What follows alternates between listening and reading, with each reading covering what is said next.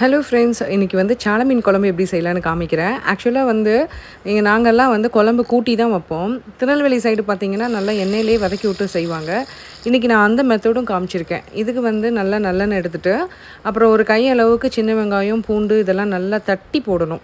அப்புறம் இந்த மாதிரி தக்காளி, பச்சை மிளகாலாம் பிசைஞ்சிட்டு அதையும் வந்து ஆட் பண்ணிவிட்டு நல்லா எண்ணெயிலே நல்லா ஃப்ரை பண்ணிவிட்டு, அப்புறமா மஞ்சத்தூள், குழம்பு தூள் 2ம் ஆட் பண்ணிவிட்டு, புளி தண்ணி, நம்ம புளி வந்து கொஞ்சம் நான் ஜாஸ்தி சேர்ப்பேன்.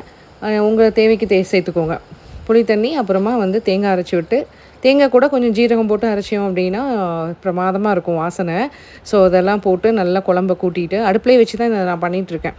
கூட்டிட்டு கொதிக்கும்போது முறை கூடி வரும்போது நீங்கள் வந்து மீனை வந்து போட்டுக்கலாம். இன்றைக்கி வந்து நான் நெத்திலி மீனும் சால மீனும் போட்டு செஞ்சேன்.